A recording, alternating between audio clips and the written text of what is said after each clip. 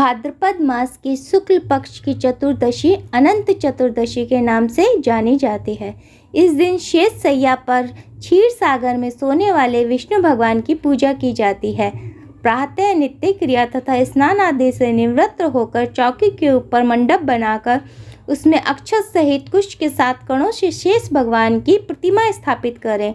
उसके समीप 14 गांठ लगाकर हल्दी के रंगे कच्चे डोरे को रखें और गंध अक्षत पुष्प धूप दीप नैवेद्य से पूजन करें। तत्पश्चात अनंत देव का ध्यान करके शुद्ध अनंत को अपनी दाएं भुजा में धारण करना अति फलदायी होता है। यह धागा अनंत फल देने वाला धागा होता है। महाराज युधिष्ठिर ने जब राजसूय यज्ञ किया उस समय मंडप इतना मनोरम बनवाया कि जल स्तर की भिन्नता ही प्रतीत नहीं हो रही थी।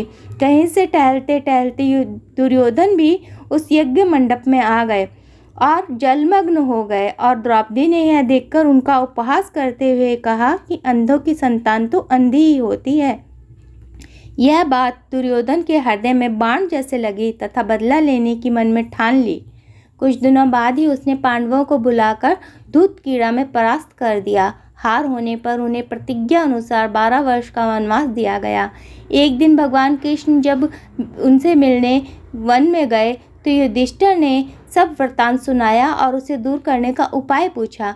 तब कृष्ण भगवान बोले कि विधि पूर्वक अनंत भगवान का व्रत करो, तुम्हारा खोया राज्य तुम्हें पुनः प्राप्त हो जाएगा।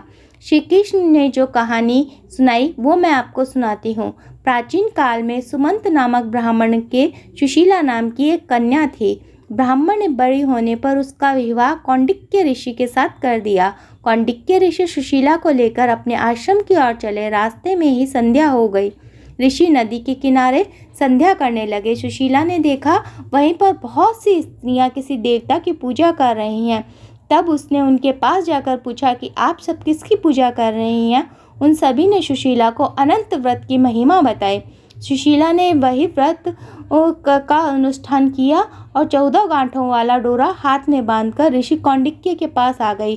कौंडिक्य ने सुशीला के हाथ में बंधे डोरे का रहस्य पूछा। तब सुशीला ने सब हाल कहकर सुना दिया।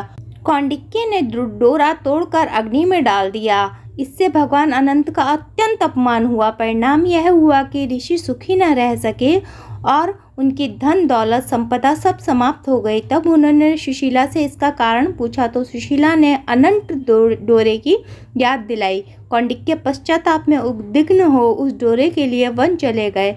वन में काफ़ी दिन तक घूमते घूमते वे एक दिन भूमि पर गिर पड़े। तब अनंत भगवान ने उन्हें दर्शन दिए और बोला, हे कौंडिक्य, तुमने मेरा तिरस्कार किया था, उसी से तुम्हें इतना कष्ट भोगना पड़ रहा है। ज्ञान हो गया हो तो अब घर जाकर अनंत का अनुष्ठान 14 वर्षों तक करो। इससे तुम्हारे दुख दारिद्र्य सब मिट जाएंगे तथा धन धान्य से तुम संपन्न हो जाओगे।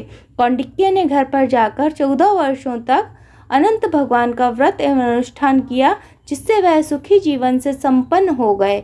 अनंत चतुर्दशी व्रत की यह कथा अति फलदायी साबित होती है।